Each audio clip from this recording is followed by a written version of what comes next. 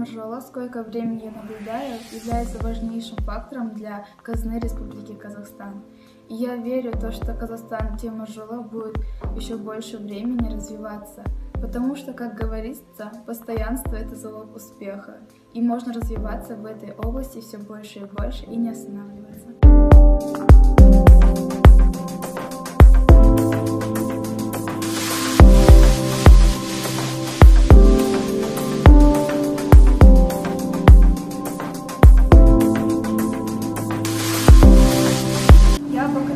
Студентка Алматинского государственного колледжа транспорта и коммуникации. Учусь на 3-м курсе по специальности электроснабжение, эксплуатация, техническое обслуживание и ремонт электротехнических систем железных дорог.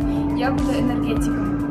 В современном мире это одна из самых востребованных профессий в мире. В будущем я буду работать по специальности, которая обеспечивает электроэнергией всю железнодорожную сеть.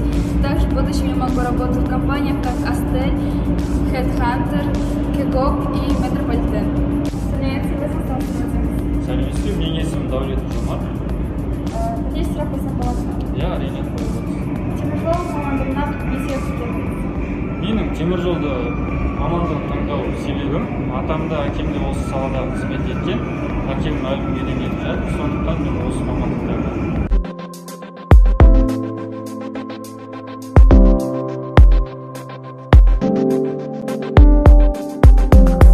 Алматы мемлекеттік көлік және коммуникациялар колледжінің ДДВ-2 тобының студенті Ерғазы Бауыржан. Менің мамандығым теміржол көлігіндегі тасымалды ұйымдастыру және басқару. Бұл мамандықты таңдау себебім 5 түрлі бағытта жұмыс жасай аламын. Негізінен тасымалдың 5 түрі бар: теміржол, көлік, кеме, әуе және де құбыр тасымал жолдары. Менің мақсатым теміржолда станция кезекшісі, диспетчер, жүк қабылдаушы, станция басшысы, логист және брокер мамандығын иеленіп, теміржол саласына өз үлесімді қосу. Сонымен қатар, вагон шаруашылығы бөлімінде теміржолды тартуға арналған жылжымалы құрамын пайдалану, техникалық қызмет көрсету және жөндеу мамандығына дайындалады.